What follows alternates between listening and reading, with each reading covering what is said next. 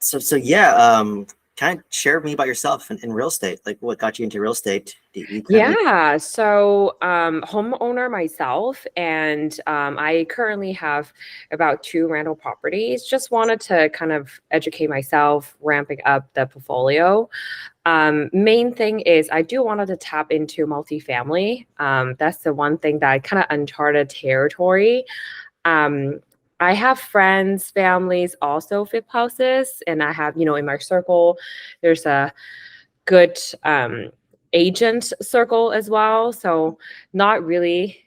I mean, I think I'm still a newbie, but I just wanted to kind of learn more about from that perspective, someone already have, a couple properties and just kind of how and, when would be a good time to tap into multifamily.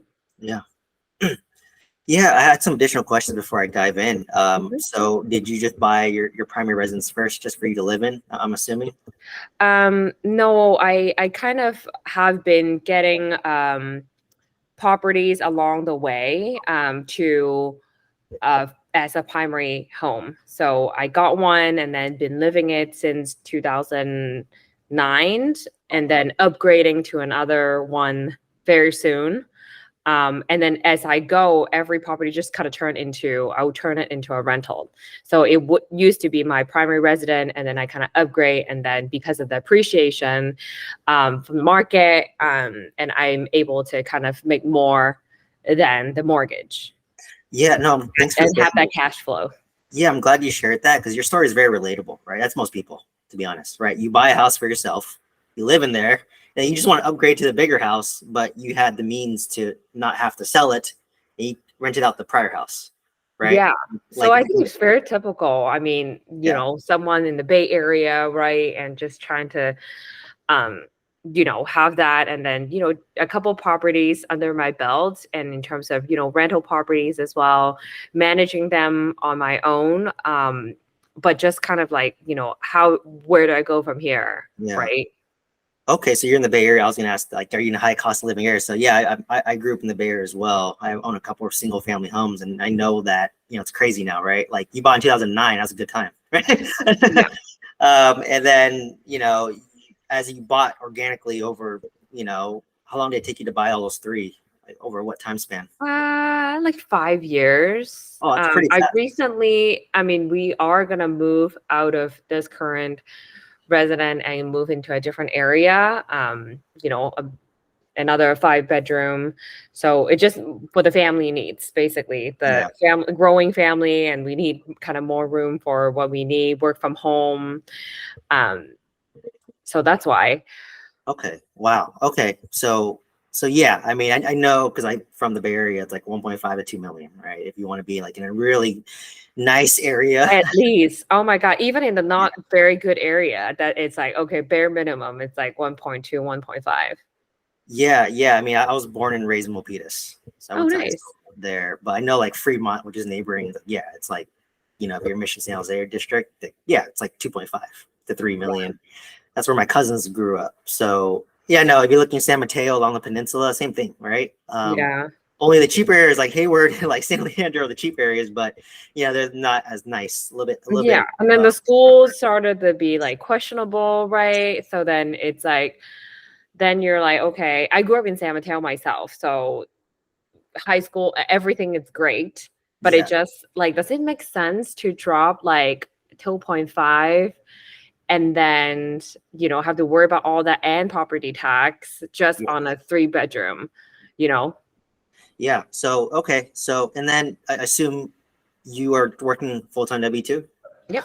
And Yep. then my W-2. tech Same thing is with my husband, okay. W-2. So you both basically two high income earners, right?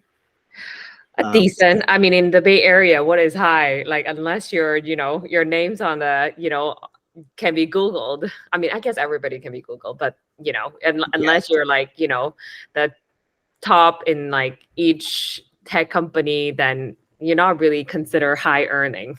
I think That's you just barely make it at this point in the Bay Area. that's why I left the Bay Area, because I was just a pharmacist, and I was a pharmacy director at a hospital, and I was just like, wait, I'm at the top of my profession and I make less than most tech people. So I was just like, oh God, it was so discouraging.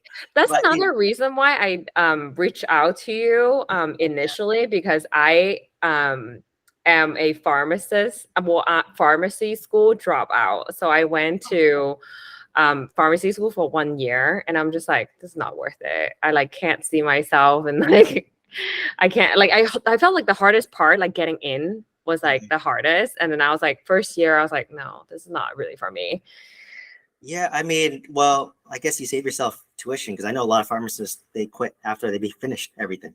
Like my, yeah, I know at least 5, 6 pharmacists my year, they graduated and they have $250,000 student debt, and they don't even work as a pharmacist. They just quit. So I mean, So what do they do? you cut your They're in losses, a right? career path, like career now. Yeah, yeah. So that, you cut your losses in a way if you're not passionate about it. Like, I mean, I don't wouldn't necessarily say I'm super passionate about it. I just kind of moved up and dominated the career just because like I thought that's what you're supposed to do. And then I realized, like, once I got laid off during COVID, like who lays off a pharmacist during COVID, right? Don't you think you would need a pharmacist? Yeah. Especially in a hospital. And then once I got laid off, I was just like, oh my God, like, that's when I went all into real estate, right? And that's when I scaled to 90 units. I bought 80 units in 8 months when I got laid off. That's great. So, that's kind of my story. But no, so basically, from your story, what I'm hearing is, I mean, you probably have high equity single family homes right now. Like you probably bought them, they appreciate nicely. Yeah. Right. And Nice cash flow. nice cash flow only because you bought it at such a great price. Yeah. Interest rates were probably lower back then, and then, or like around the fours. And then, property tax is lower because you bought it cheaper. So Yeah. because you bought it so early on in 2009, you're able to rent it out in cash flow. But if you were to buy that same property today Yeah. at current value and you rent it out, you're going to be negative cash flow. Yeah. Right. So that's the issue I ran into. I was just like, well, it's just like you. I would get a new job as a pharmacist. I would buy another property. And then when I changed jobs, I'd buy another property closer to that new job because I qualify again for a, conventional loan. Right. Yeah. So I was doing that. What you were doing, I would move, rent out my last house. But to be honest, my houses broke even or slightly negative despite me self-managing it. Right. California is all appreciation, not much cash flow unless you bought it early on, like what you did. Right. Yeah. So you get the best of both worlds a little bit. Right. But Yeah. you have a lot of equity that's kind of trapped a little bit. Right. Like, Yeah, in a way, that's another issue that I'm like, should I pull out the equity? I mean, I could, right? But then it would need to be, worth it. And I thought about, multifamily, perhaps. I don't know if your advice is like multifamily in California. I'm open to even anywhere, to be honest with you, like out of state, or, even getting another single family out of state even. And I know in the, it's just kind of the overall real estate community, a lot of people are, doing that also. yeah. So, I mean, just for some context for me, like, okay, how much would you say your first single family home is worth today? How much equity do you have in that property? Like 400, 450. So you have 450,000 in there, and then you're renting it for how much? How much are you renting it? That one, well, see, that one is like in like an area that it's not so good. Okay. So it's renting like only like 1,800. Okay, so that's on the lower end. Is Lower end, it a yeah, single because the family home? tenant is, it's like, see, it's a situation. The tenant's good. I'm like about to do a 1031 exchange on that one because I was like, it's not worth it at this point. And in the market like that, I might as well just put. I mean, that's another area that I'm like willing to explore. That's why I, wanted to talk to more people and just kind of get some advice. But yeah, it's on the lower end. The tenant's really good. They have been in there for like I want to say 9 years, 10 years. Wow. And they have been always taking out of the house. I like don't even have to lift a finger. The roof is something, we'll fix it. The fence, like, we'll fix it. So I'm like, where do you find a tenant like that, Yeah. I mean, if you were to sell it, how much is it worth? It would be probably like 500-ish. 500K. So, Yeah. Yeah, 500. Okay. So and basically you have 500K house and you're getting about 1,800 a month, right? Yeah. And then I assume you probably haven't raised rent since you rented out, or have you did raise No, rent? we have like here and there, but it's just not Yeah. really. So like, okay, so your house is $500,000, right? So if you watch my videos, my first apartment complex I bought was $500,000, and I was grossing 10K a month day one. Yeah, That's it's crazy. that's 5x your cash flow, right? Yeah. And the But difference you're in a too, good area, you could, really rent it out. How much did you rent it out for? yeah. So I'm in Oklahoma City. When I bought it, rents were around 400 Okay. for like a 1-2 bedroom. That's crazy, right? Like you in the Bay Area, that's impossible, right? You But can rent a toilet. yeah, that's like a little shed in the backyard somewhere. Not even. So Um, you are in Oklahoma right now. no, Oklahoma I'm in City. I'm in Los Angeles, Oh, which is nice. Nice. Southern California. So still in California. But I renovated, lots of units, and I was able to raise the rents from 400 to 700, Okay. right? And do you know how multifamily is valued versus single family? No, educate me. So single family, it's based on the sales comps, Hmm. Oh, right? yeah, So yeah, yeah, your house is worth what your neighbor's house is worth when you yeah. sell. Hmm. Hmm. Single Hmm. family. So Yeah. that counts for single family, duplex, triplex, fourplex. They don't care how much rent you get. You can get 10,000 a month in rent or 1,000 a month in rent. They don't care. The value is based purely on what your neighbor's house sells for. Yeah. Sales comps. With multifamily, so multifamily is, I define it as 5+ units. So when you're Okay. 5 units at least, that's when the value is based on something called the net operating income divided by the market cap rate. Okay. It's a math equation, right? Mhm. Yep. So net operating income is your income minus your expense, Hmm. right? And then the cap rate, it depends on your market, right? So Oklahoma, it's an 8 cap. So the higher the cap rate, the more cash flow the market Hmm. is. Hmm. California is, let's just say, a 4 cap. It's not going to be as much cash flow in California. There's more Yeah. appreciation, right? So you take that equation, right? So let's just say I make 100,000 gross rent, right? That's my gross rental income for the year. My expense is 50%.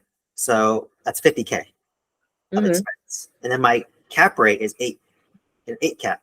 So you take 50,000 and you divide it by 0.08.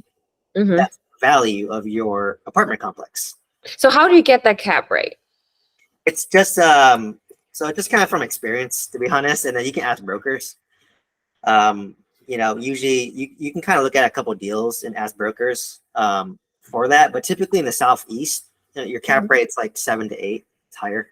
Maybe it's like Mhm. 9 now, given this market. And then if you look at the hot markets, like California, Florida, Texas, it's gonna be a Mhm. lower cap rate, like 4 to 5 cap. So that's just generally speaking. But you can talk to brokers, um, and they'll tell you, right? And for me, because I own apartments in Oklahoma, when they do their appraisal report, they'll actually tell you the cap rates of the market. So Oh, once I've gotten an appraisal report, I kind of know what the cap rate looks like, but it's constantly shifting, right? yeah. Is So it just an area or the whole state or just kind of it's depend on the zip code? Like yeah, how is it it's defined? it's zip code dependent, and then Got it. how new your apartment is. So it's A class, B class, C class apartment complex. A class is it's built within, I think it's either brand new or within like 5 years. Mm-hmm. So an A class apartment would be built in 2018 Got it. to this year, right? A B class Mhm. is 5 to 10 years old. A C class is anything older than 10 years. Okay. So most people, like me and you, starting Hmm. off, we start off in C class apartment complex, right? Both of my apartment complexes are C class. They're built in 1970s. They're old, Hmm. right? So what's that, like 60, 50 years old? Hmm. So that's where you kind of get started, and that's where you make the most money, but it's the most work, Yeah. right? So So how questioned? mhm, How do you coming from California? How do you get people to work on your apartment? That's number one. Two, how do you finance it? mhm. Consider, the um, loan amount. Like I know that there are like DSCR loans that you can take, right? To, if you have like a couple of rental property, you can just go to the bank, like, hey, this is gonna perhaps the comps, like how much it rent out for, right? So then do you just go that route, or do like what kind of loan or kind of options do you have, like even for starters? Question number 3 is, how do you even identify that market? How often do you go? Yeah. So let me do the first question, the most recent one, because I already forgot the first two. But why Oklahoma? I had a really good property manager there, plain God. simple. How do you Um, find people? My first question. yeah, yeah. So that property manager was a referral from Mm-hmm. somebody who invests in Oklahoma City, right? And he owned multiple apartment complexes there. So the best source is referrals, Mm-hmm. right? But for me, what I kind of teach, and if you watch I have a lot of YouTube videos teaching. You can binge it if you have a long commute, or if you work from home and you need some background noise, you can listen to me talk. But for me, it's really referrals. But then even despite getting referrals, you always want backups, because 9 out of 10 property managers are bad. Yeah. So you play percentages. The one that you're getting referred, 9 out of 10 is going to be bad, right? So I have like 3 backups at all times. In case one property manager is bad, they don't deliver, I move on to my next property manager. That one doesn't deliver, I move on to the next one, right? So It's you're just constantly connecting with people, constantly like, I'm in yes, this area, who like do you hey, got type like thing. exactly. So I try to network with people in Oklahoma City and just say, hey, like, who are you using for property management? What's your experience been? Right. So you at least start to build that Rolodex of property managers to work with. And I have like a pretty long checklist of questions I ask them to screen my property manager. But once you have a good property manager, they refer you everyone else. So they refer me my general contractor if I'm doing renovations. They refer me my title company. They refer me lenders. Mm-hmm.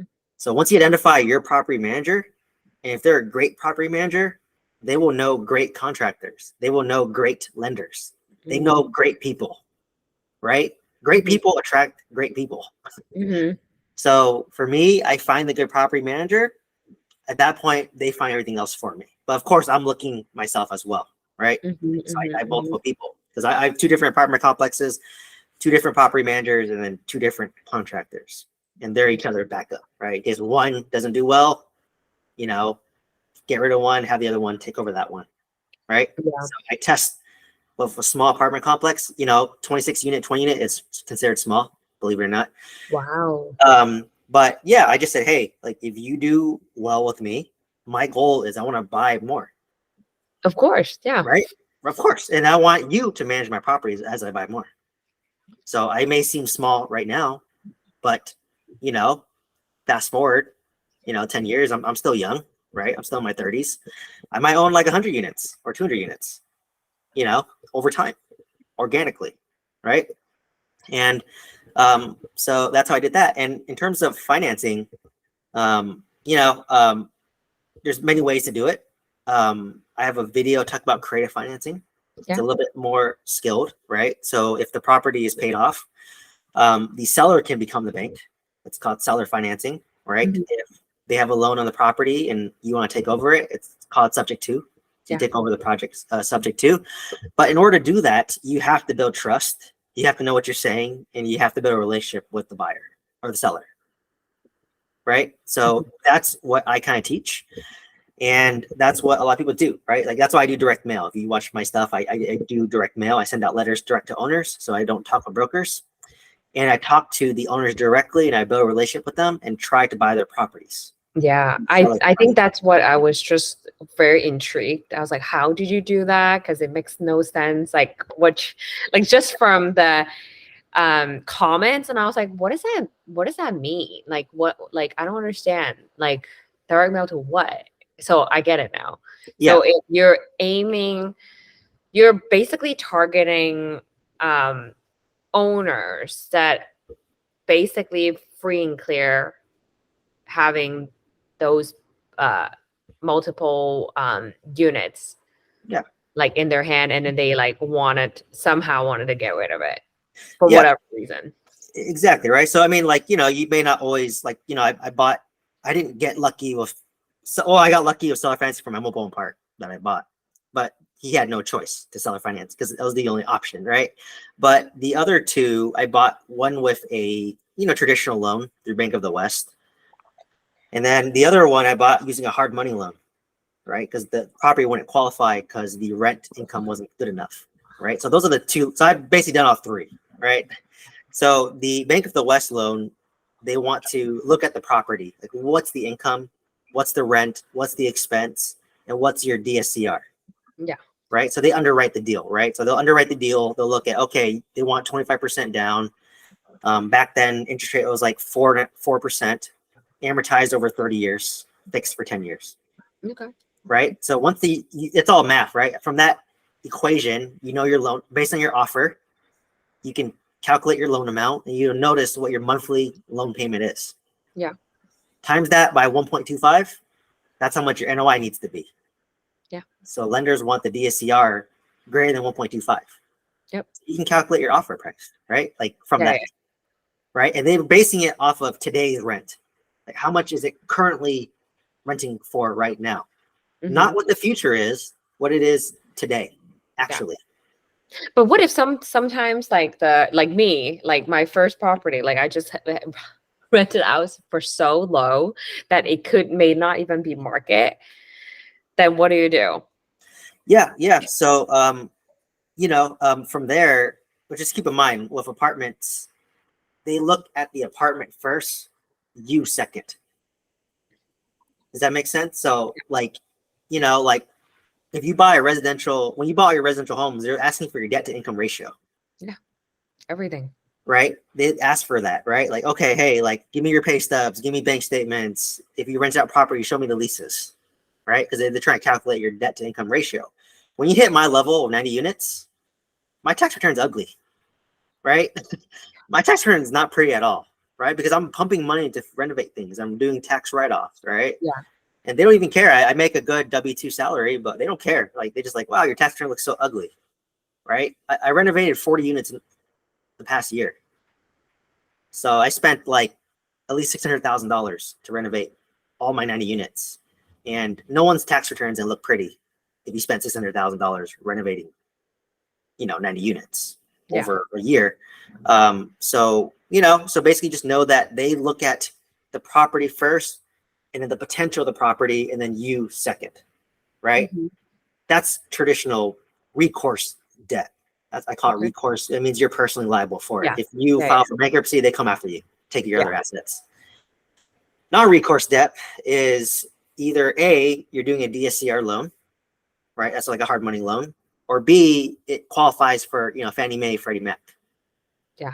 Right? Unfortunately, smaller apartment complexes is harder to qualify for Fannie Mae, Freddie Mac. Right? Yeah. So you're going to have to personally guarantee these loans. Mm-hmm. Or if you don't want the personal guarantee, you're going to pay a higher interest rate. That's the trade-off. Yeah. It makes sense, right? So like for me, I refinanced my 20 unit. I personally guaranteed it. My interest rate was 7.5. Mm-hmm. If I didn't personally guarantee it, I'd be at 11. Yeah. Just for some context, right? Mm-hmm. So from there, it depends what loan product you want to use, right? So I do all the above, right? Like I want to do Bank of the West for traditional financing. I want to do a DSCR lender or a hard money lender. And then I want to try to pitch creative financing as well. Creative finance is always the best option, the easiest. Yeah. Right? But you have to build that relationship. And that's the hard part to teach. And you have to build a portfolio too, just kind of like, what you're doing, you're going into the deal. Probably seller financing would be a way later or like after a first or second deal kind of thing, right? Because otherwise you can't really just go to somebody like, hey, you're the owner. Hey, I'm interested to like, let's just say me to you. Like, I'm interested in like taking over some of your apartments and like, what's in it for you, right? Yeah.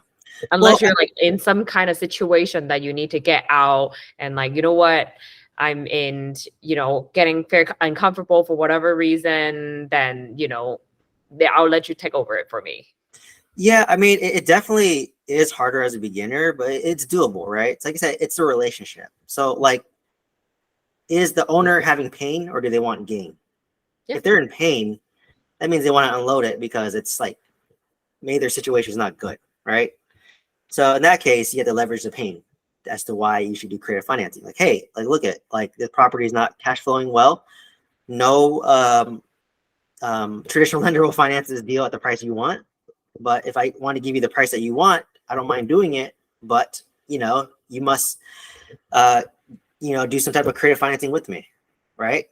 Or if you want me to offer you a price and I have to use a hard money lender, then this is my offer price, right? So I would give them both offers. Here, this is my offer of a hard money loan. It's $1 million. If you want to do creative financing, my offer is 1.5. They see it. They see the disparity. Yeah. Right. So I do that all the time. I'll let you pick. Right. Like, like what solution do you want? You work with, question, do you work with an agent then out there to help you do that? I don't work with no brokers, nothing. What? Wow. That's really impressive. If you listen to my episodes, like I bash on brokers. They're not good. So, okay, let's talk about this. All right. So this is my situation. I have no experience in multifamily. Right. That was me. Right. That's where you're at right now. We have single family homes. They don't care if you own 100 single family homes. You don't own multifamily, period. Mm-hmm. Right. So you have no experience. So they don't want to bring you good deals. Why would they bring you a good deal? If I was a top broker, I would want to bring a deal to somebody who I worked with before. Yep. Who I know that will close, and I know who's serious. Yeah. Because they want the commission. Yeah. Why take the risk on someone like me who's brand new, and they just may think I'm not serious? A lot of people are not serious. Yeah. Right. Mm-hmm. So because of that, you're not gonna get good deals. The deals that you do see, they're terrible deals. Right? Like everything on the MLS is terrible. I was just like, well, how? Like that's why it intrigued me at first. I was like, how do you even find these deals?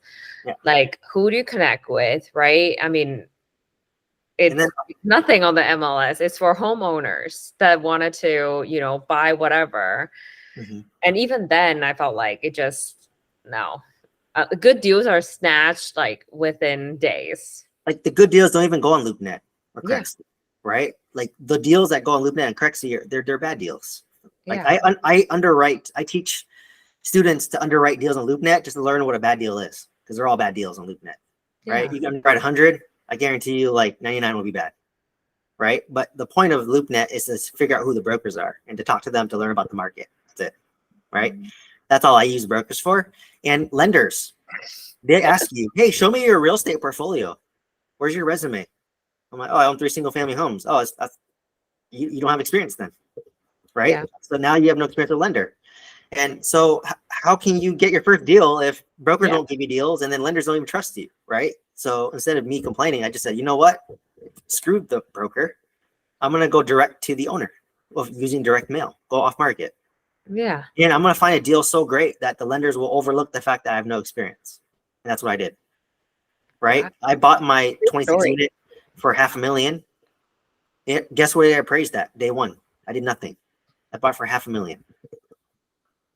It appraised at $750,000. Wow. So do you think they would overlook the fact that I have no experience if this property appraised for $250K, 50% more? But then you close already, though. What I bought for. Yeah. Right. So like they ran the appraisal. They know, oh, wow, this thing appraised for, 250K more. So I'm walking in and the lender is, because they're securing the loan on that. They already know they have 250K of equity. If I default, they can sell it. They can make money.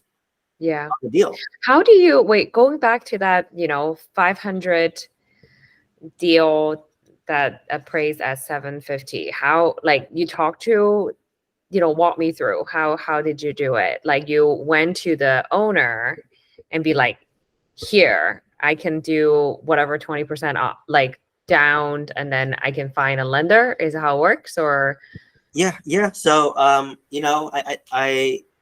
think I have like a kind of like a PowerPoint delineating how I got my first deal, but kind of for more detail. Like I went into pretty big detail, like an hour-long video. You can check it out. But at a high level, I basically sent out letters, right? And then this guy, he was an attorney. He actually responded to me via email, and he just said, "Hey, I got your letter, and just make me an offer."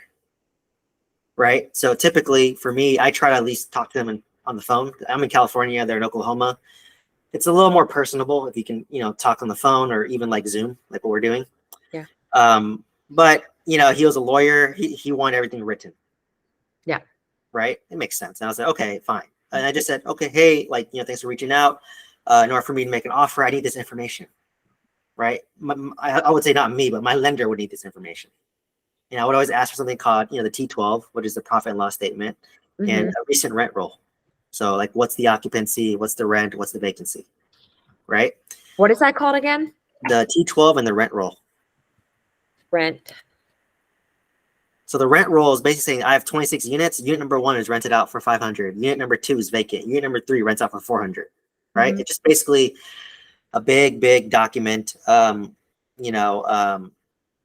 of that. And that's something that I get on a monthly basis, right? For when you have a property manager. That's what I'm saying. Like when you own apartments, you're now a business owner, right? You can't, I know what you mean. A single family, it's more casual, right? It's just like, okay, yeah, just send me a check or Zelle me some money.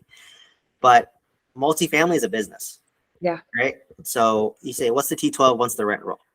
Right. And a lot of times, if they use a property management company, it's the big 3 are rent manager, Appfolio, and Buildium. Those are the big 3. Say that one more time. Appfolio, Buildium, and rent manager are the top 3. And from those, they will give you a P&L. So they'll tell you what's your income, what's your expense, and what's your net operating income. Right. And then the rent roll will tell you, okay, on a monthly basis, this is how much rent I'm getting. Right. So you get those 2 documents. Why do you need those documents? You're trying to calculate what your DSCR is. Yeah. You want the DSCR 1.25. Right. So, when you get, man, I can talk for like 5 hours about this topic. But basically, maybe I should just go on your YouTube like before I like. Oh, no worries. I love teaching again, and it's a little more engaging for myself if I can talk to someone live versus talking to myself, right? It's basically when you look at the problem with the T12 is I'm handing you a document that's a T12. I can fabricate the document. Yeah. What is the truth to it? Exactly, right? So like that's why even the rent roll, the same thing. Like unless I'm right there in person asking every single tenant, like you can just make that up. I can run like what basis do they have? Exactly. But just know that the lender, you kind of have to take it with truth, right? Unfortunately, they could completely fabricate it, right? I mean, usually it is fabricated. Usually what happens is the collections are not as good as it really is, and then the expense is always higher than what it really is. Yeah. That's based on experience, right? Because why are they trying to inflate the NOI? Because they're trying to inflate the purchase price. Yeah. The purchase price is based on the NOI. That's what a lot of brokers do too. They'll inflate the NOI, they'll increase the income, decrease the expense to justify a higher purchase price. But if you have experience and you're being mentored. You can call that BS real quick, Yeah, you're being mentored by somebody and learning from somebody a step ahead of you, then you would know that I know expense in Oklahoma City is 55%. If I'm getting $10,000 a month, my expense is $5,500. Right? And that's before debt service. So that's before my loan payment. Right? So I have $4,500 left, and that pays my loan. And whatever is left is my net cash flow. Yeah. Right. So sometimes when you show the lender, whatever, they don't care. They'll take the paper. They might take it like, okay, let's say like I've seen deals where like, hey, the expense ratio is 30%. The lender underwriter will be like, oh, let's make it 40%. But in my mind, I know it's like 55%. But it's okay. Let the underwriter do it. Right. Yeah. So because they want to see that DSCR 1.25. And the underwriters do something called stress tests. So what they do is they increase the interest rate and they decrease the amortization to increase the monthly loan payment. So it stresses the DSCR more in case something happens, right? Yeah. And something always happens, right? Like when I take over apartment complex, I always have like my 26 unit. I think I only had 2 vacant. The first month I took over, 5 tenants stopped paying me, and they left. Right? That's gonna happen. It happened on all my deal, on my 26 unit, my 20 unit, my mobile home park. Same thing every time. When you buy your first apartment complex, it's going to happen to you too. Oh my God. As long as you know in advance. Yeah. Right? How much reserve? My next question would be, how much in reserve do you need to have before you go into the deal to make you feel comfortable? I For guess me, like, and then my other question is that since you touch on the tax thing, um, taxes is another thing. How do you set up all these entities? Do you have each one company LLC for each deal, or how's that structure? yeah. So I have a video talking about my asset protection plan. You Yeah, already have all the videos of yeah. I have like 250 videos. But like I said, so basically, I'm a little more. I mean, you're pretty advanced too, I'd say. But I have a holding You company. think so? Oh wow, thank you. Yeah, no, like I was literally in your shoes in like 2021, and literally in 2021, I bought 2 apartment complexes in a mobile park in a year. So I was literally sitting where you were at, like laid off from my day job, the high income W-2 job, and I bought 2 apartment complexes in a mobile park. Like that's why I tell people who like hop on, like I'm not that much further than you guys. Like I sound impressive, 90 units, but literally I was just where you were like 2 years ago, right? So I mean, it's doable. I'm living proof, right? And I saw a bunch of people doing what I was doing and buying apartment complexes too. People just like me and you. Like I just work a regular W-2 just like you, right? I'm Yeah. nothing special, but I just took action, and my real estate compounded, right? So um, I kind of did that. So basically, I have a holding company, and then that owns an LLC, which then owns my real estate. So each apartment complex, well, you kind of have to diversify. So in California, for every LLC that you own, you pay the franchise tax $400 a year. Yeah. It's annoying. So what I try to do is like I have a very high equity single family home that's in its own LLC. My other single family homes have less equity. They're all clustered in one, and each of my apartments are in their own LLCs because apartments are more high risk, Yeah, of right? course. Especially if I'm renovating these apartments, they're very high risk. Yeah. But what I do is once the apartments are stabilized, I consolidate my LLCs, Hmm. right? So I have a 26 unit and a 20 unit, separate LLCs. I finished renovating my 20 unit. When I did my refinance with the new loan, I put it in the same LLC as my 20 unit. Hmm. So that way you kind of What's the consolidate your reason LLCs. behind what's the reason behind when you do that? Well, it just gets too Like, complicated, like to own too many LLCs. And I just didn't like paying the franchise tax board like $800 a month, a year. yeah. And, it Do you just have all, like a kind of an art chart of how I you do. structure? I do have an org chart. And in the video you watch, I drew it out. I literally drew out my asset protection plan. So I have my living trust owns my holding company. That holding company owns like 5 LLCs, which owns all my real estate. Right. So you want to diversify your risk, but be Yeah. cognizant of California, that 800, because every time tax season comes, I own like 8 LLCs. That's $6,400. Yeah. Right. And then like in my mind, I'm like, okay, if I owned a 50 unit apartment complex, that's one LLC. So if I combine my 20 and my 26 unit, it's 50 units. And then you can actually put both of your apartment complexes under one loan down the road. And it's Oh, you easier. can do that? Yeah. Oh, wow. Yeah. That's what I'm going to do, actually. Uh, Once I refinance my 20 unit and 26 unit again, when interest rates drop, I'm going to put them in under one loan, cluster them together. It's lower risk for the lender because it's 2 apartments in one. Yeah. So they'll give you a big loan on one property. It's easier.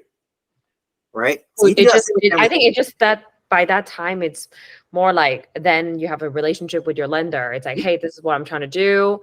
Is it possible? It's just more like personalized type of thing. I think when it comes to, those situations. But I think in my mind, just like, how do you get it started?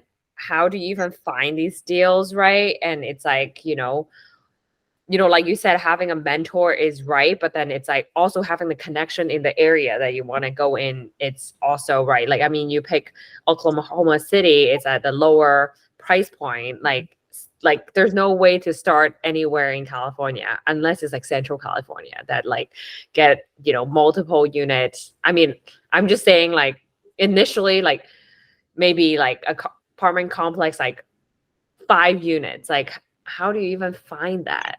Like Yeah. Yeah. I mean, broker, agent, like what? Where do you yeah, find for that? me, I chose Oklahoma because, like I said, I bought, just my 2016, I bought for $500,000. It appraised at 750K. Yeah.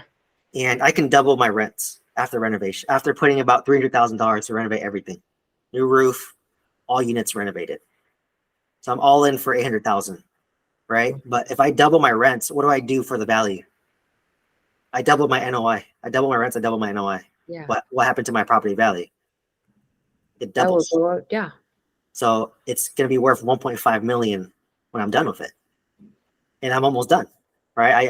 I have 2 more units left to renovate, right? Wow. So I'm So do getting you partner up with anybody else, no, or it just all you? Would just you all look me. into partner up with other people to do bigger deals, or from your Um, networking? yeah, I mean, I'm a pharmacist by nature. I'm very skeptical, so I want to do things by myself first. Yeah. Because like to me, I'm like I'd rather own 20 units by myself versus 100 units and own a small piece of it and have to like deal with like other partners and investors. Yeah. So True. because of that, I kind of shied away from partnering. But think about it now. Like, okay, I finished my 26 unit, my 20 unit. I know I have property management in place. I have a general contract in place. I know Yeah. the rent. Why I know would the you? area. If Yeah. I get a 100 unit apartment complex, I could easily raise money, Ooh, right? yeah. Because I literally said, hey, like this 100 unit is 5 miles away from my 26 unit. I know the rents are $700 to $750. I know this is how much we're gonna renovate. I have a renovation team already. I have a property manager right here already. Easy. And Yeah. I have a proven track record where I doubled the value of my 26 unit. Who wouldn't want to give money with me, right? So I thought about it, but like right now, it doesn't make sense until my portfolio is stabilized. So I'm almost there, right? I just refinanced my 20 unit, my 26 unit. I have about 5 vacant units that I need to rent out. So I'm getting about 13K gross right now. Cash flowing about 4K a month, and I have 5 more units that I can rent out for 700 each. That's another $3,500. Yeah. That's all profit. So once that's rented out, that's what is that like almost $8,000 in cash flow net, and I still have 2 more units that I need to like renovate. Well, how much that is minus everything for the loan? Yeah, my loan's only 1,900. Oh, wow. Did you Right. have because of the fact that you got it for Yeah, I bought it for 500,000, put 25% down. Right. So wow. yeah, so that's my loan's only 390K. That's So amazing. so think about it. It's at 13K now. When it's fully leased up, I'm 18K. Yeah. Right. And after all my expense being conservative, let's just say it's 10K. Right. So Wow. that's 8K net. That replaces my Exactly. W-2. Too. Yeah. I don't need to work. Right. That replaces most W-2s. And that's just one property. That's just one property. That's amazing. Right. And then think about my loan is so low at 390. If I took my excess cash flow, I can pay down that loan. Yeah. 10K a year, 10K a month. That's 120K a year, 3 years. I can pay off my apartment, own an asset that grosses 18K. And keep in mind, I'm raising rents a little bit every year. So maybe Yeah. it'll be 19K. I'm grossing 19K without a loan on it.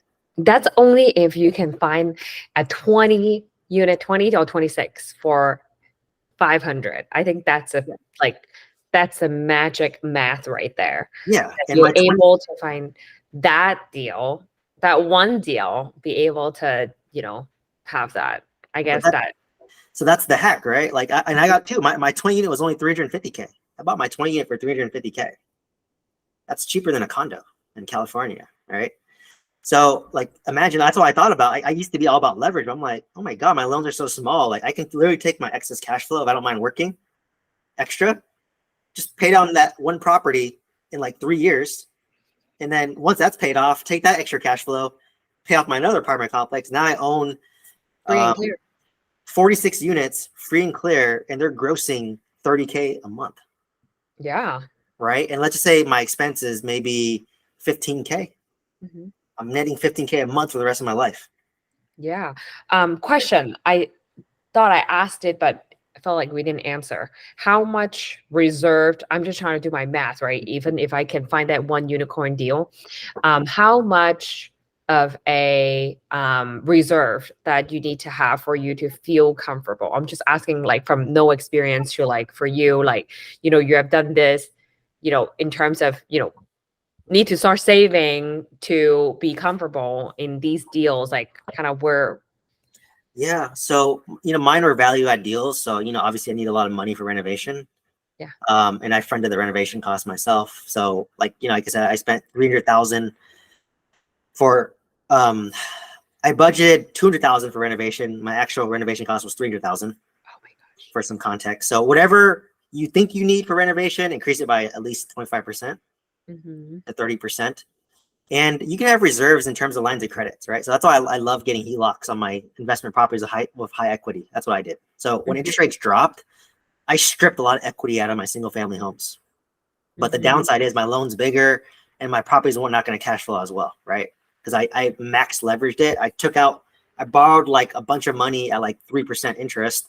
And now I'm using that to buy apartment complexes, Mm-hmm. right?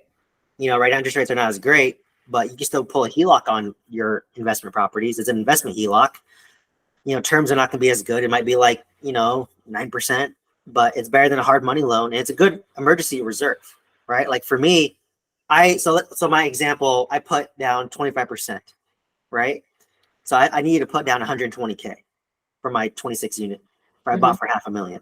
Mm-hmm. I negotiated 60K in seller repair credit. So that cut my down payment in half. Okay. So I only down 60K.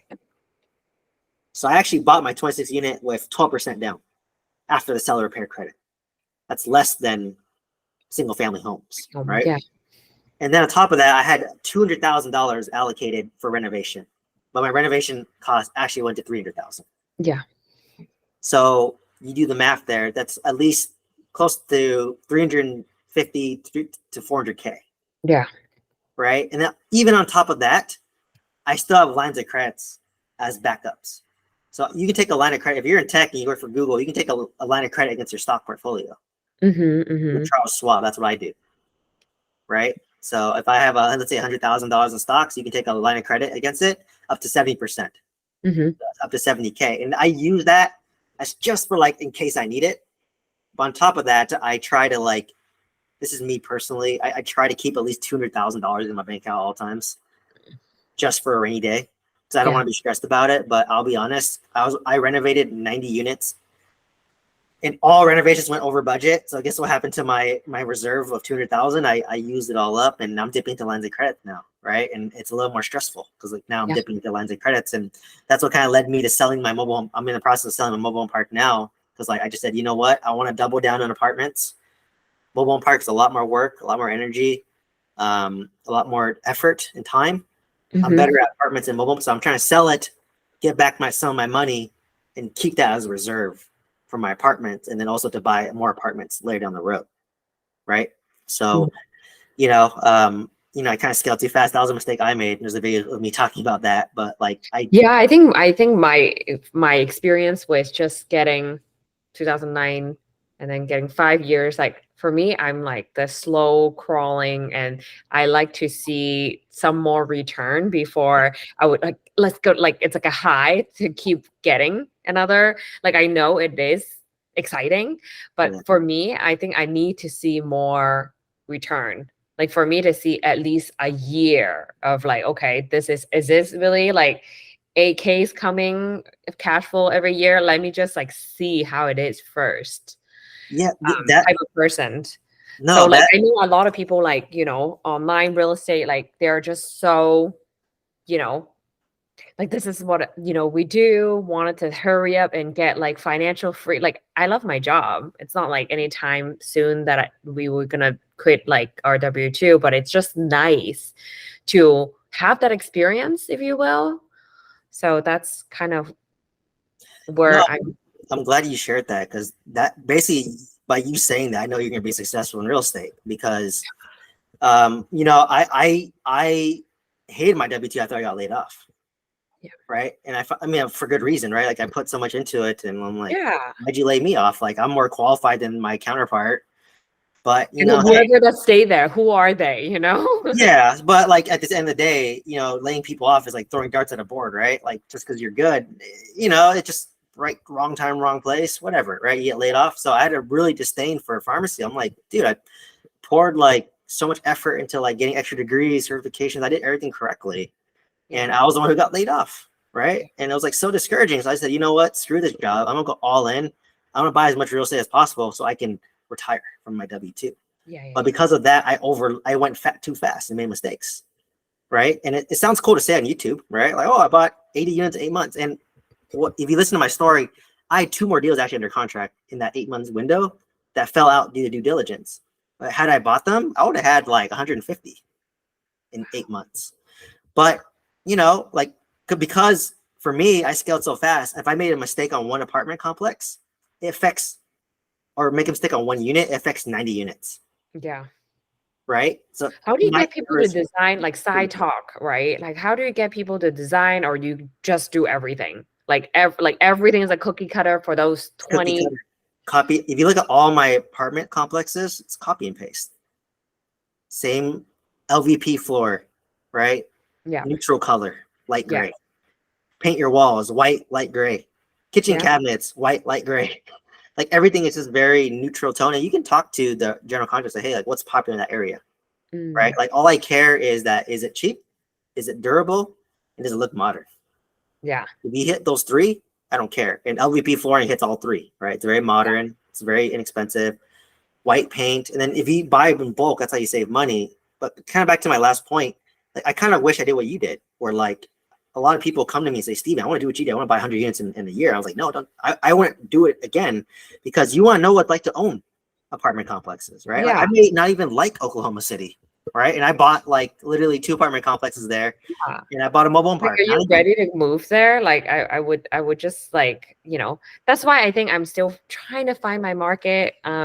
Love to talk to you more in terms of like what number makes sense and in that regards, like, but I think I would like to do more homework, crunch some numbers, and like, yeah, yeah. I mean, I would love for me, like, I would love to get one deal next year and just kind Yeah, of run it and see how it is. Like, work with property manager, kind of forget about that's what I do, and real quick, and then see how it does, and see what options do I have in terms of refinancing, and then how much equity I'll be sitting on it, and then reevaluate. I think yeah. that's just what I wanted to do, and It's actually the yeah, smartest method to do it because like there's more guys in real estate than girls, but to be honest, the girls in real estate are better. you think It's so? true because the way your approach is very conservative, right? It's just like, okay, I want to buy one, I want to see what it's like to own it for like a year or two. If I don't like it, great, I only have one, right? But if I do like it, then I have a system in place to buy another one. So that's why I'm slowing down. I haven't bought anything in like 13 months. No, like 15 months, because I'm trying to stabilize and I'm trying to actually sell one of my mobile home park, because during my pause, that's when I realized, you know what, I went too fast. I don't actually like mobile home park as much as I thought I would. That's why I'm selling it, right? And then apartments, I've owned one for 2 years and one for about a year, and I don't even know yet. Like, do I like these? Maybe I don't like these. Maybe I just want to sell them and 1031 exchange these into something else, right? So Yeah, like even I'm trying to experience it, but yeah, I think for you, like the key is just to like look in your market, yeah. Would you just start recommend? analyzing deals. What was that? Would you recommend Oklahoma City?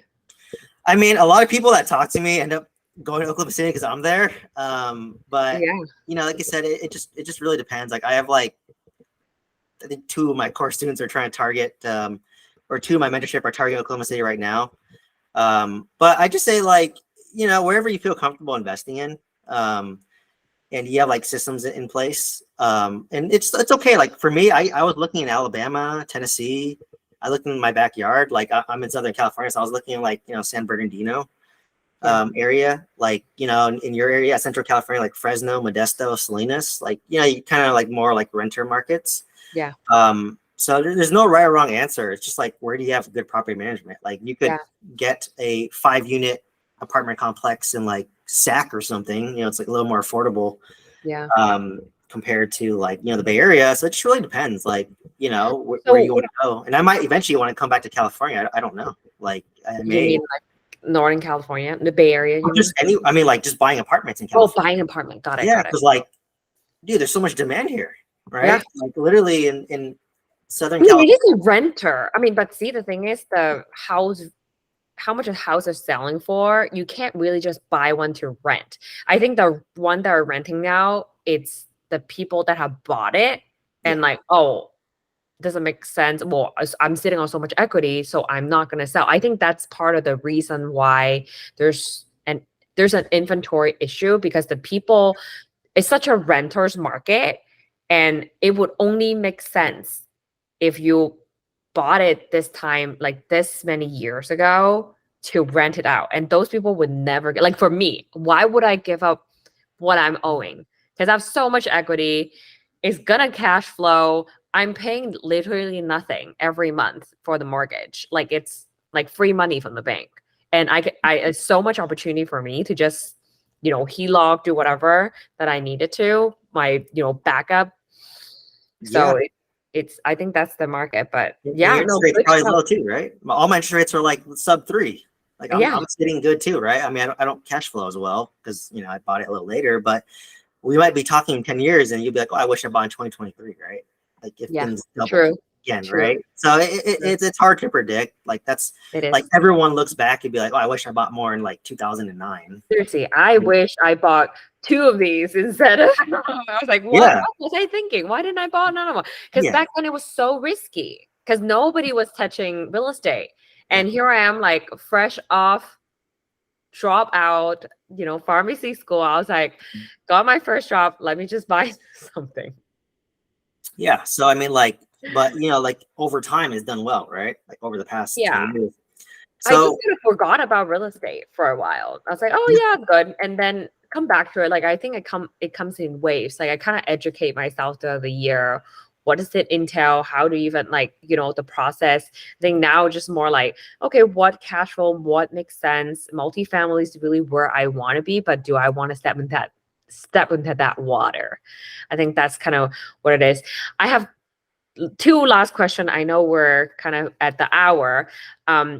For newbies or someone that never done it before, what's the step one that I should do? And what's the software that you would recommend, like, learn about, for specifically multifamily?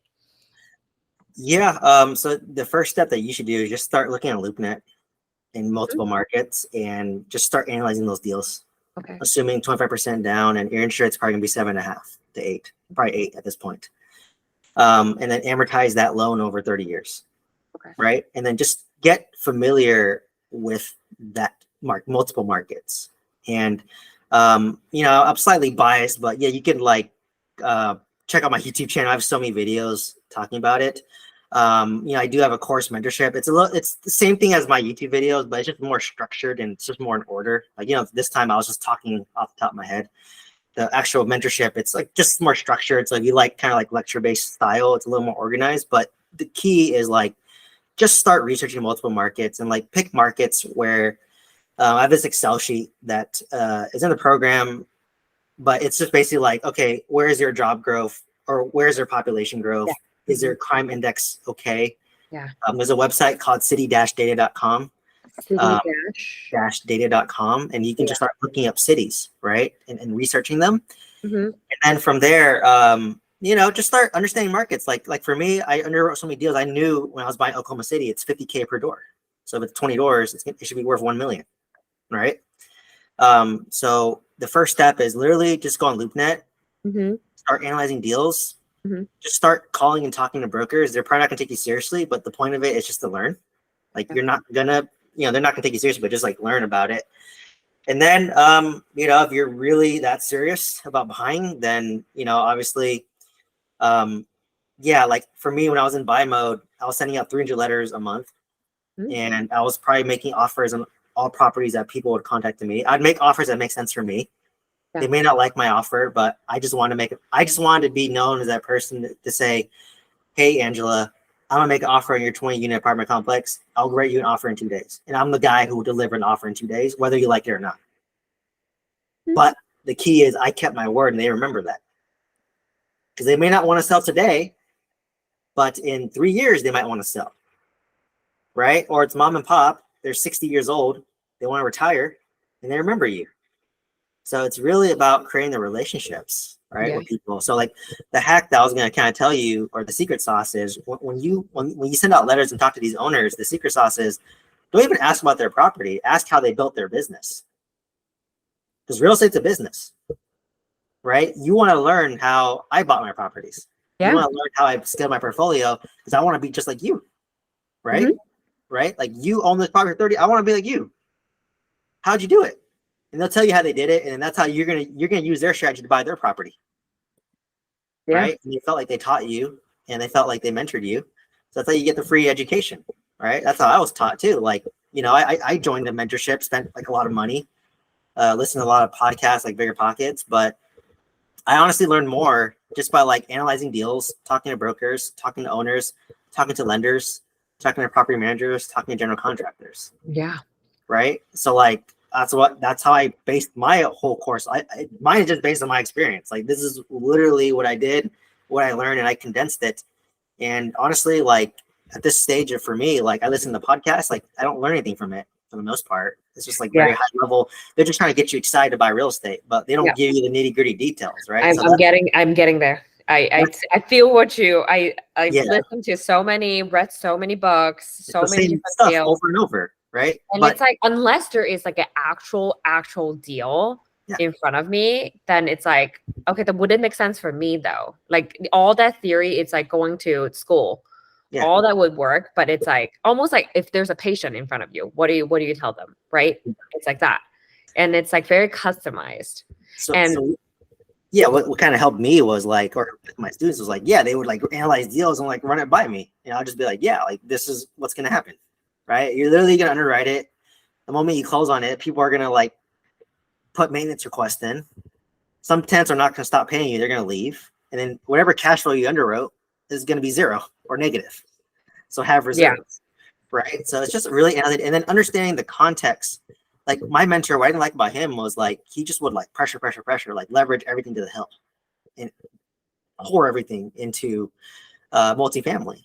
And that's good, right? Like definitely you should go 100% all in, but that's not for everybody, right? Like I may not want to sell. You probably don't want to sell. There's other ways to do it, right? And then, um, so it just really requires that knowledge, taking consistent action, but then like just running it by people who are like literally like a step or two ahead of you. Because like for me, I'm actively doing deals, right? A lot of the gurus, they did deals a long time ago. They're not actively doing it. I literally just finished a cash out refinance like a month ago. So I'm very fresh on cash out refinances, right? I'm literally in the process of a mobile park. So I'm in the process. I'm very fresh on that. I'm literally renovating like just this month. I renovated like 5 units. Like I'm literally in the weed. I evicted 2 tenants this month too. oh No, wow. wait, I So you're evicted like 4 tenants having this all month. the templates that are ready to go. Like, Yeah, like I literally, dude, I'm doing everything. I'm like, I don't even have to like look it up. I just tell you this is what I'm doing. Right. So like that's all it is. Like it just is yeah. that it's not a new it's not I'm not making it up. It's just something I'm literally doing. And obviously I'm gonna make mistakes too. But it's nice too. Like my students that like own apartments too, like I learn from them. I'm like, oh, like you're doing this and this is what happened to you. So like it's just kind of like a little A community. networking, like, Right. Yeah, you're like networking. bringing all the information back to the group type of thing. So what kind of software do you use that it's like been so helpful? You should get on it and like learn about it because there's just so much resources. It gets so overwhelming what to use, like what is good. Honestly, well, if you want to send like direct mail, it's just PropStream. PopStream. Yeah, it's just your data source to pull like the owner name and addresses and who owns the property. I have like affiliate link to that. I think I have a video. Do I? I might have a video on my YouTube about PropStream or Okay. Property Radar. Those are the two. Check those videos out because I think I did a video with Property Radar and they're very similar to PropStream. And you can kind of see what it looks like. But it's like $100 a month, so you have to be pretty like committed to like doing it. Pretty Um, serious. Okay. yeah, so like you only do it when you're more serious, but you can check out my video to at least see what it looks like Yeah. as the end user. But honestly, there's like no, I don't really have a complicated software that I use. Like, honestly, I don't even know. Like, my property managers use Rent Manager for the most part, but I don't have access to that. They just email me my reports every month.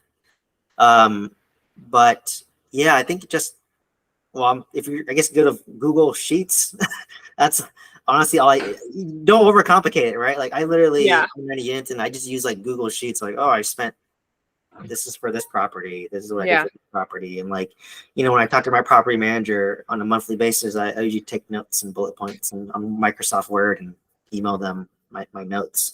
Yeah. But I have like templates for all that stuff too. Like, oh, how do you do a weekly cadence call with like property manager? Like what metrics do you want to hit and track? So like, don't overcomplicate it. Like, honestly, if I were to give you one step, just go on LoopNet, start analyzing deals, get comfortable making offers on deals.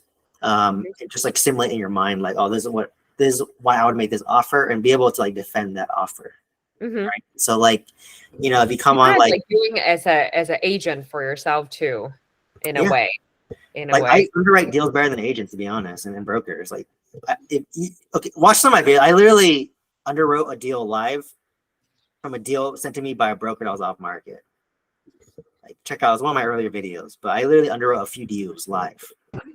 And sometimes like my students will bring me deals and I'll underwrite the deal live as well, just so people can learn how I do it. But very simple, right? So like there's a 3 offer method that I teach. First one is net operating income divided by market cap rate, just math, right? And then for the net operating income, assume the expense is at least 50%. Unless it's more. If the owner gives you 60%, use 60%. If the owner gives you 40%, round it up to 50%. Right? The second method is price per door. So in Oklahoma, fully renovated, price per door was $50K per unit per door. So if you have 20 units, $50K per door, that's $1 million offer. The last method is the tax assessed price. If you pull up the tax record, it's public information, right? You can Google it. And out of the 3 offers, I always hit the lowest. And guess what the lowest offers always is? It's always the tax assessed price. It's always the lowest offer. Yeah. So I always offer that, and the owner will be like, well, why do you offer me that? I'm like, well, that's the tax assessed price. I didn't make it up. Yeah. Right. And but they say, no, I don't want it. I want more. But at that point, you should know what your offer is based on your DSCR, 1.25. Yeah. Right. Mm-hmm. So that's your wiggle room. That's your wiggle room. So I know what my offer is, but I know, let's just say like for my 26 unit, I knew I could probably go up to 800,000. Right. Yeah. But I offered $500,000 and he took it. But if you were like counter negotiate me, I probably would have went up, to be honest. Because I knew my top. So. So I have a 300K margin. Yeah. Like literally, if he wrote me a counter offer at 750, I probably would have signed it. Or maybe be like, oh, give me 700. And if not, I'll be like, okay, I'll sign it. Right. So it's just really that. But that's the thing that most students fail is like, I tell them, like, I think one of the first assignments like for people who join my mentorship is underwrite 100 deals in LoopNet. Oh, wow. And then tell me how many deals are good and what your offer price was for each of them and what was the listing price. But a lot of people do not do that. They don't want to put in the work, right? so the free way for you to learn is just underwrite 100 deals. Yeah. And then start to know your markets, right? Start to research Sacramento, like research San Leandro, Hayward, anywhere like Roseville, Santa Rosa. Mm-hmm. Start to underwrite these markets, Salinas, whatever, right? And then just start to know, like, oh, this is the price per door. And when you start getting more advanced, like I use PropStream to look up the price per door, but that's a little more advanced.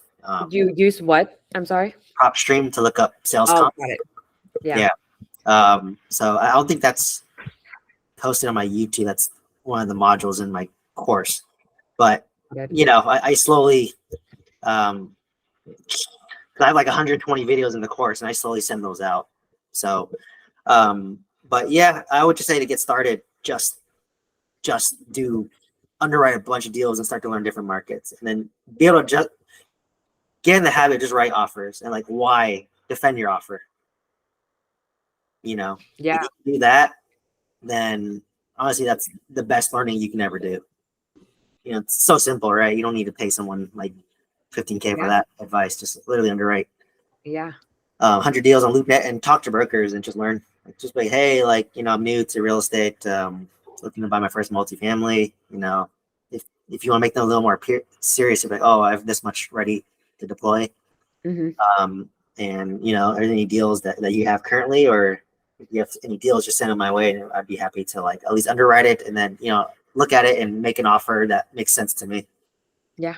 And then if you can deliver on that offer, at least know that, okay, at least you're more serious, Angela, compared to like other people. Because a lot of people, Yeah, I'm selling my mobile home park. People tell me, "Oh, I'm gonna write you an offer, Steven." I hear nothing. Crickets. I'm like, I don't even care. Like, even if it's a low ball offer, write me an offer. I just want to know that you have the ability to write an offer and you're Yeah. serious. But if you say you're gonna write me an offer and you don't, then I don't take you seriously anymore Yeah. because you didn't keep your word. So how do I know you're gonna close? Yeah. No, Right? exactly. So that's why for me, I'm action oriented. I'm like, you know, write me an offer. I tell people, write me an offer that makes sense for you, and I'll let you know if it makes sense for me. Yeah. It's that Right? simple, really. That simple. It's that simple. Like no one does it. Like I was literally writing like 10 offers a week, every week. Well, you had no offer for your mobile park?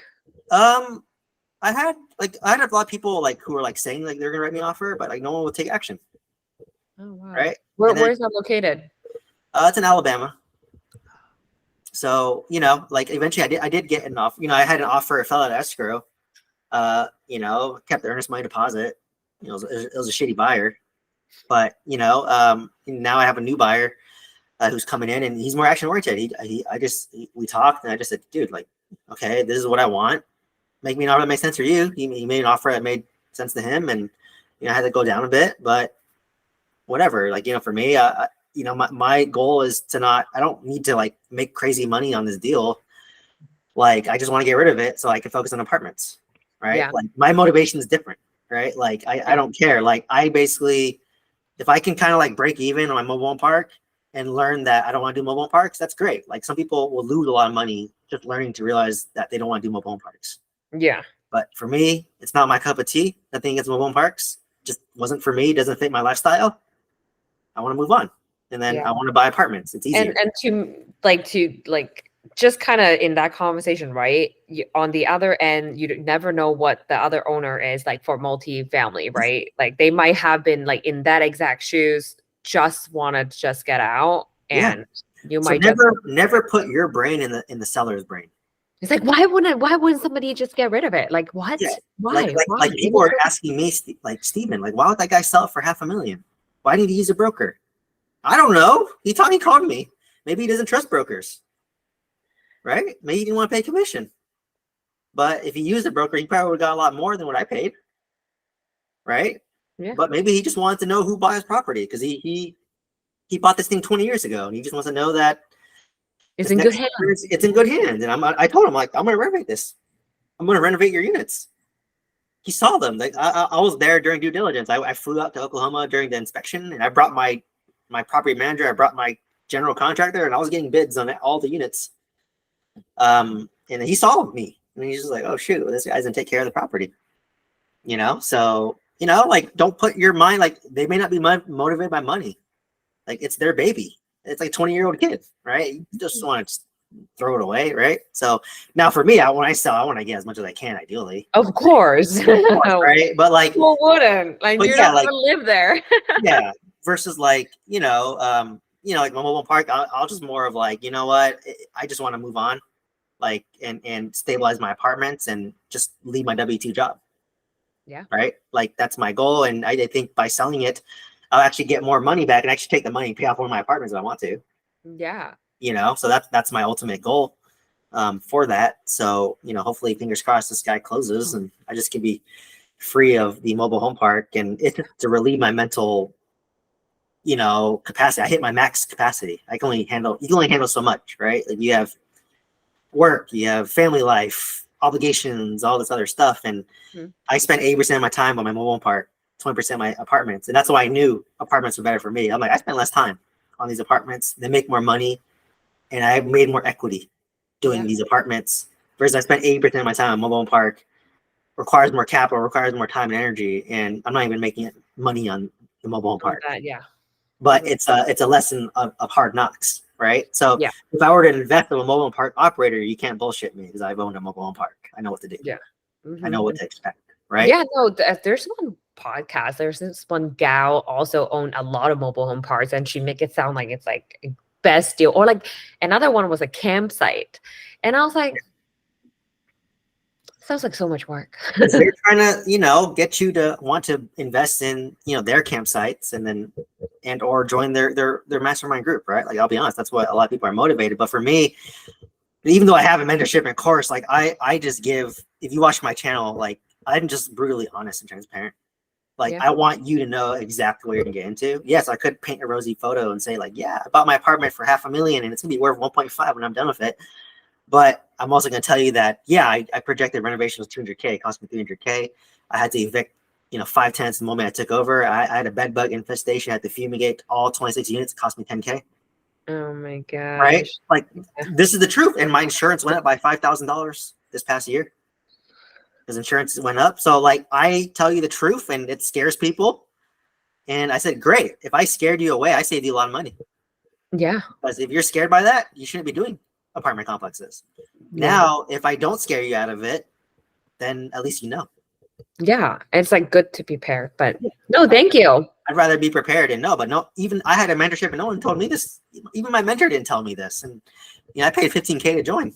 Like Oh my he'd even, God. yeah, Yeah. he'd even tell me like these things. And like, Is it specialized in multifamily as well, or just yeah, like multifamily, mobile home parks, and self-storage was his big three.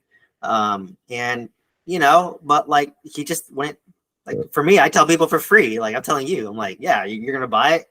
Literally, like one of my students bought a 38 unit apartment complex for like 750K in Mississippi. And she was like, oh yeah, I'm like, I only have 2 units that are vacant. I just gotta renovate that and I can rent those out and then do a cash out refinance. I have my hard money. I was like, yeah, but remember when you buy it, 5 tenants are gonna leave. And then she was just like, I don't believe you. Well, guess what happened like 2 wait, months what do you after? mean she buy it? You mean she when she acquired the apartment, people would leave? Yeah, I said that the moment you take over the apartment complex, your vacant, your occupancy is 34 out of 36 right now, 2 vacant. But the Mhm. moment you take over and they know you're coming in as a new owner, you're probably gonna have 5 people leave at least. And then within the first month, I was right. She had 7 people leave. And then whatever cash flow she underwrote went to zero. Oh wow. And then now you have to renovate those 7 units that are now vacant. Yeah. Right. So I told her, I was like, and she's like, oh wow, you're right. It's like, yeah, I've done it 3 times. And every time out of 3 on dime, it happened. Because they know that they're getting cheap rent and they know a new owner is going to come in and renovate it and raise the rent. So they want to take advantage and not pay rent. And then before you evict them, they leave. Right. So that's what they do. In California, they might squat, right? Because it's more Oh, tenant protection. yeah, that's So, why. And I'm not. No. Well, so we'll see. like it's fine. Like that's what I said. Like you could like get your own. Like it's okay to start small. Like find a little 5 unit. It's no different. Honestly, a 5 unit is no different than like your single family home. I'll be honest. Like even honestly, it's like the same. I feel like it's the same. Like whether it's a 20. Unless it's like what, like over 10, then it's like start feeling like, oh my God, you're owning. Well, You're so unless many. it's only overwhelming if you can't afford it. Yeah, true. Right? Like it's only overwhelming if like your roof breaks and you don't have 30K to fix it.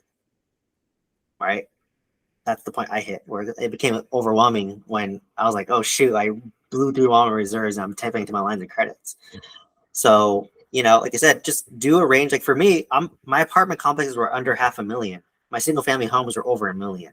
So in my mind, I was just like, okay, my de-risking is I'm buying things that are like half the cost. Yeah. And then also on top of that, I'm buying these properties of instant equity day one and I have the ability to raise the rent so it raises the value. Yeah. So I can't lose, right? Yeah. Even though interest rates doubled on me, I didn't lose. Mm-hmm. I did a cash out refinance on my 20 unit. My interest rate, my hard money loan interest rate was 9%. My actual loan was 7%. I was like, what the heck? Yeah. And then like, but I was only able to pull out 80K. I put 200K in the deal. I put out only 80K. So I left $120 in the deal, 120K in the deal. But when interest rates drop back to 5% or 4%, well, guess what I'm going to do? Yeah. Refinance it. I'm going to refinance or I might just pay it off Oh. once I get my money, right? And I own it free and clear. I don't even care what the interest rates are, right? Yeah. I might just own it free and clear and maybe pull a HELOC on it. If I want to use it to scale, right? So, I think your slow and steady approach, I mean, if you give yourself like 20, 30 years, I think honestly, you'll have way more financial wealth than you know what to do with. And that's what I realized too. I'm like, dude, like if I literally did not buy a single property ever again and was at 50 units and I paid off my 2 apartment complexes, that's You're 30. done. That's 30K a month gross. If I keep half of that, it's 15K. That's way more than my pharmacist salary, right? And probably more most than tech salaries as well. And that's guaranteed for the most part. Even like, okay, maybe 1 month you might get 10K because you had something break. Yeah, and also like I think, the multifamily approach is great because you kind of like spread your risk in a way, because not like all of a sudden everybody's gonna leave, right? Yeah. And you're gonna keep some, like, obviously you have some margin of like the occupancy, but more like, majority of them. And especially you put in the money to renovate the price, the market is gonna be there. Yeah, like I'll give an example. Like when you renovate a single family home, you're getting zero rent because you're renovating it, right? My 20 unit, I had about, when I bought it, it was like 15 out of 20. After my first like month, I dropped down to like 8. So I had 7 people leave, but I had 8 people still paying me, which covered my loan at least. Yeah. And then I had to cover the utilities and the other expenses as I was renovating it. So Mhm. I'm still getting monthly cash flow as I'm renovating. Versus single family, you get nothing until you finish renovations, That is so true. right? So actually, it's less risky. Like you said, if I have one tenant leave or not pay me, I still have like 19 other tenants paying me. So it's It no, really comes down to the math. Who is yeah, doing good at math and live that and be able to find deals and be able to find, whatever offer that yeah. makes Like sense. going back to your condo example, yeah, it's worth $500,000, and you're getting 1,800 in rent. My 2016 I bought for $500,000. I'm getting 10K, or I'm getting 13K now, but I have the potential to get up to 18K. Yeah. And 1,800 isn't, that's like almost 10x what you're getting. Yeah. 1,800 is not life changing, right? I mean, it's decent, decent. Maybe you might net maybe $100 to $1,000, decent, you Yeah. know, but 1,800 could retire you, right? Yeah. That's more life changing. So that's why, like, it's, if you don't mind going to the Southeast and you research a market, you can literally sell one of your single family homes, 1031 exchange that. Let's say you Yeah. sell it for like 1.2 million. You can buy like a 30-unit apartment complex in the Southeast for like 1.2 million. And then basically at that point, so you exchange from $1.2 million single family home where you're getting maybe like 4,000 a month into a 30 unit that's maybe paying you $500 per unit on average, which is like, let's say 15K. And if you buy it right, and then you eventually, because you still have equity in that, you're transferring the equity from that single family home into your new apartment complex, the 1031 exchange has to be a little bit more expensive. Yeah. So let's just say you sell for yours for 1.2 million, you buy the apartment for 1.3 million, Yeah. right? And let's just say you already paid off, you have half that money is equity. So that's $600,000 equity, and then you transfer $600,000 equity to your $1.3 million apartment complex. So your loan is going to be a little bit almost the same, right? Mm-hmm. But you But increase your the, cash flow is so much better though. yes. So I call my California single family homes little piggy banks that you can smash 1031 exchange up to if you want to, right? Yeah. So let's say if you told me, Steven, I want to retire faster, like if you want to retire within like 5 years, that'd actually be my advice for you, is sell one of your single family homes, 1031 exchange it. You can do a reverse 1031 exchange. So you can buy your apartment complex first, Mm-hmm. then sell your single family home and do a reverse 1031 exchange. But You you have can to do have that. capital. Yeah, you can do that. What is a reverse? Let me look it up. It's a reverse 1031 exchange. Yeah. So you can buy it first. Oh, Yes. so then you just don't pay tax on it.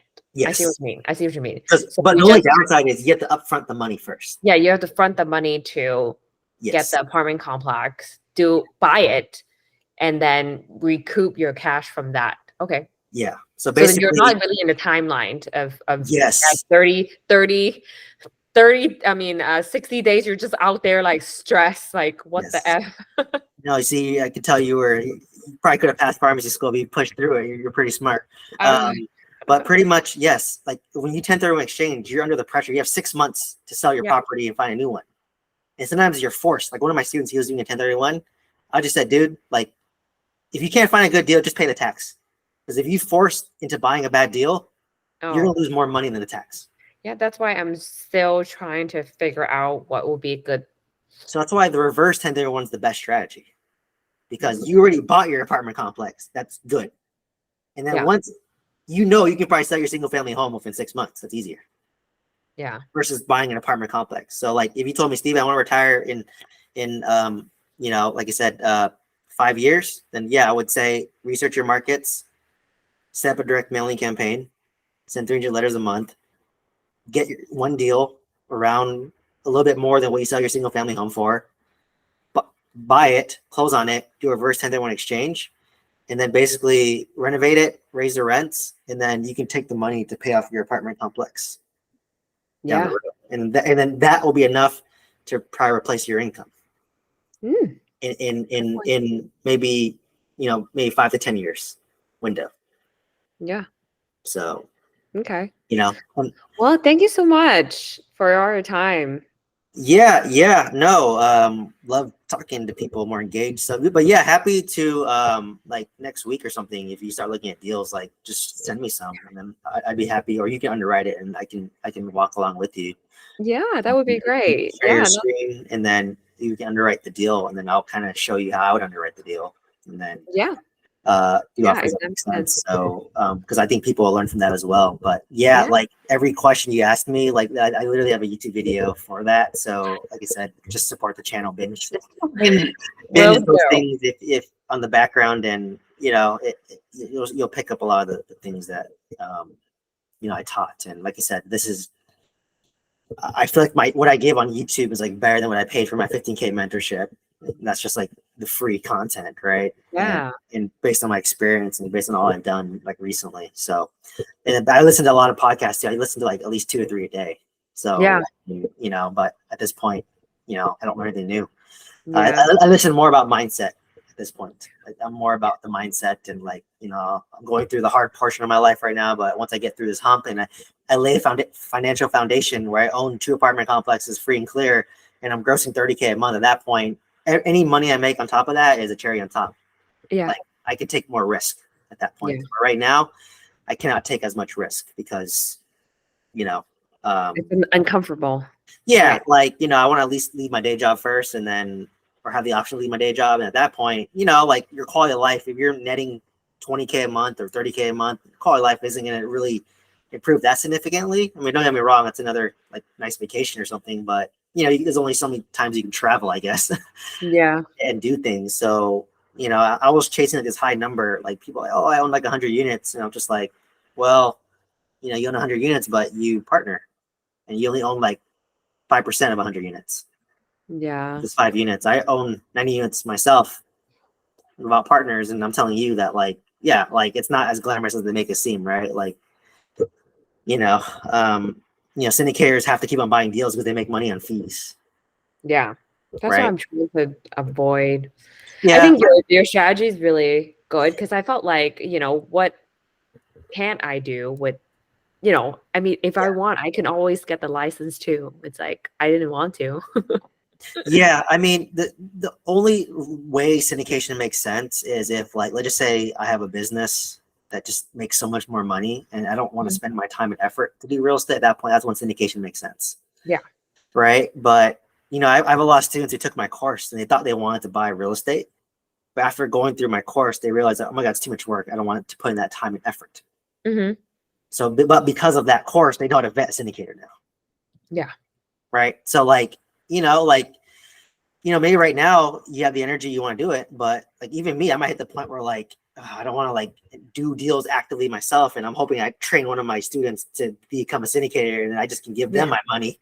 And I'm like, I trained you, so I know what you're doing, right? So Yeah. No, I think my goal is just have one or two. That's it. And this, yeah, like I'm not really, not that I'm not aiming high. I just want to know what to do. yeah, if you just want to like to make 10K a month to replace your W-2, like it's doable, right? You just need to own, like, let's say you own a 5 unit, if each rent is 2,000, that's 10K, Yeah.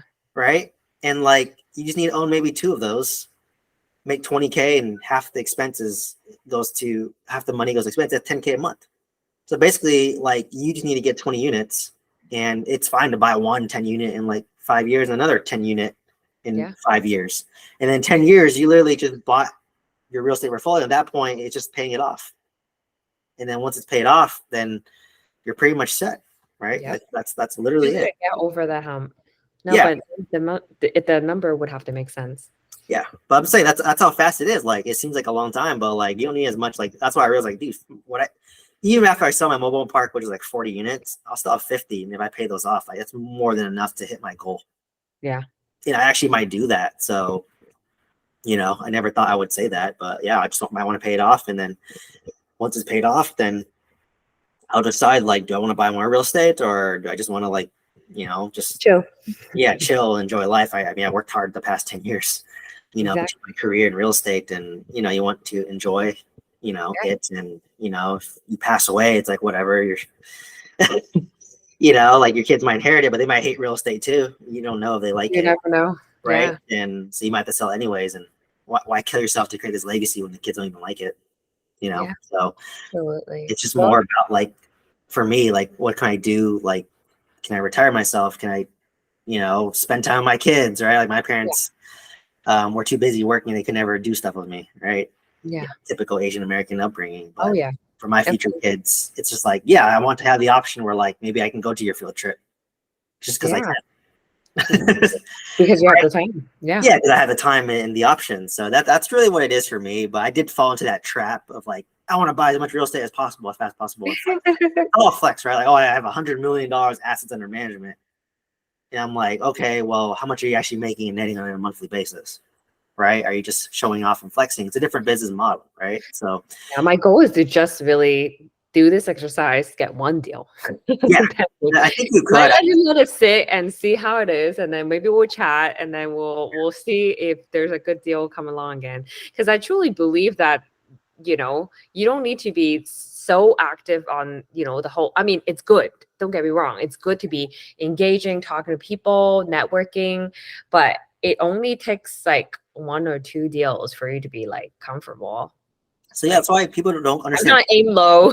Just like, do Let's that. just keep up patient. Like if you know that like one or two deals is all you need, like you can be really picky on the one or two deals you get. Yeah, I'm trying to be that really picky Yeah, person. like I'm it like, has to make sense. unless like I'm just trying to be like, unless that is the one, don't waste my time. I'm trying Yeah, to be the person. or at Because least I make, mean, make offers that make sense to you and make it the one.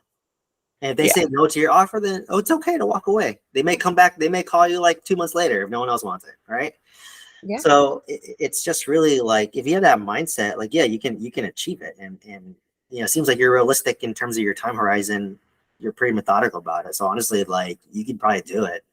Honestly, if you just consume all my content and take action on it, like you can probably do it within 5 to 10 years. yeah. I will listen to it like I did with podcasts now. No, thank you for connecting. I know we take up so much time already, but which hospital you work with in SoCal? Oh, I don't want to disclose public. I can say offline, but yeah, Yeah, say offline. yeah, I'm in Southern California. There's not many pharmacy directors. It's a small community, so obviously, I'm pretty high profile. Well, people know of me Yeah. in areas, but yeah, I've been in Go off northern. record. Yeah, I can tell you the ones I was in Northern California when I was there. I used to work at Santa Clara Valley Medical Center. I worked Ah. at Seton Medical Center in Daly City. I was the director there. Mhm. Um, and yeah, a couple of those hospitals there. And then I relocated to Southern California Is it just recent that you? during COVID. During COVID, I relocated over. So I'm gonna laugh one day when one of my pharmacists finds my YouTube channel. And they're like, "What? You own all this real estate?" I don't, because all I tell them is I rent. Because right now I just do rent in Southern California. It's actually cheaper to rent right now, Yeah. and I want privacy. I used to house hack. I used to live in the master and like rent out the other rooms, but now I want privacy. Yeah. I kind of earned that privacy, and it allows me to connect to people like yourself and learn. And I naturally like to teach and learn. That's why it flew by for me. So I don't feel bad. Yeah. And other people are learning too, because a lot of people are in your shoes, exactly in your shoes. I was in your shoes 2 years ago, right? Like, and that's why I tell people, like, all my whoever joins my Q&As and my mentorship and coaching, I'm like, dude, I was just where you were 2 years ago. Like, you can get there. I can literally tell you how to get there and what to expect. You just got Yeah. to take action, right? And then just know what to expect, and you will fall. But that's why, like, I was in a pretty dark place the past 3 months. When my mobile park fell out of escrow, like I was pretty dark. I was like, God damn, like I did everything. And you wouldn't think so, right? Like, oh, 90 units. I'm probably perceived as like this high level godlike being, right? Like you must be so rich, right? But yes, I will be once it's stabilized. But when during renovation, I'm pumping money. I'm actually cash flow negative because whatever money I'm taking, it goes back to renovation. Yeah. And then plus I'm putting my own money out of my own pocket as well, right? So that made me appreciate my W-2 job even more, where regardless of how much I work in a day, I get paid 8 hours a day. Yeah. I work 1 hour or 10 hours, I get paid 8 hours. Apartment complex, you have to perform or you don't get paid. Yeah. Right. So people don't realize that. So I'm like, it actually makes me appreciate my W-2 even more. So I'm hoping I can sustain, but it's hard because I have to go in person. But if I'm remote, I might be able to last a little bit longer. Right. So, yeah. But as a director of pharmacy, you can't really be remote. yeah, there are some positions, but you have to be like a regional level director of pharmacy. Mm. Right. So it's doable, but obviously I'm on the younger end. So it doesn't work. It works against me a little bit because, there's a lot of ageism, unfortunately. Yeah. Or not so much tech, but you have to look the part, right? And because I'm younger looking, sometimes they don't think I can manage 130 pharmacists. Yeah. Right. But they don't realize I'm managing a 190 unit real estate portfolio, right? while working. So it's, like I said, I do like doing it. I do like teaching. I teach a lot of pharmacy students and residents right now, and I like teaching people in real estate and helping people go from single family to multifamily. Like I helped a couple already, right? Yeah. So and just make it know it's possible. And if by going through the process you realize that you don't even like multifamily, well, that has value too. Then just I mean, at least you know what to stay out of. Yeah, I bought single families in Alabama, new build. I bought for $250K. It rents for $2,100. That's the 1% rule. The cash flow is $800 a month. Like I can tell you how to do that too. I did that, right? Yeah. Like, you can sell one of your single family homes in California for 1.2 million. Buy like 5 of these single family homes in Alabama, brand new. Yeah. They rent out for 200. They don't appreciate as fast. No. I mean, but that's the trade-off, right? You're going more towards cash flow and not as much crazy. If you're optimizing to leave out of your day job, that's a sacrifice you're gonna have to make, right? It's not gonna cash flow. It's not gonna appreciate as much, but you want the cash flow to replace your W-2, right? That's all it is. That is true. Multifamily, you get more cash flow and more appreciation. Yeah. It's together, right? So as I said, it depends what your goal is, and it's okay. You can do all the above. It's fine to say, Steven, I want to just leave my day job. I want to buy a bunch of single family homes because I'm comfortable with it. And once those single family homes help me retire, at that point, I want to dive into multifamily. That's fine. Great strategy. As long as you know what you're doing, right? Yeah.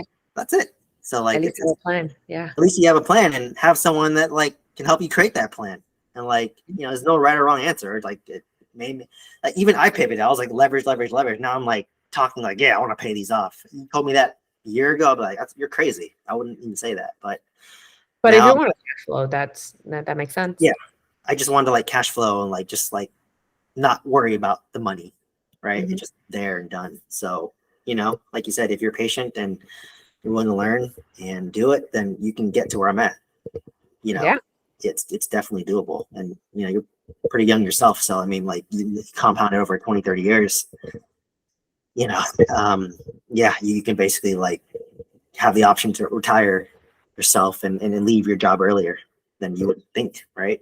So sounds good. Well, thank you, Steven. We'll chat again. Yeah, Angela. No, thanks for reaching out. Like I said, reach out again. Would love to do another session and analyze some deals. Sounds good. Thank you. Have a good one. You too.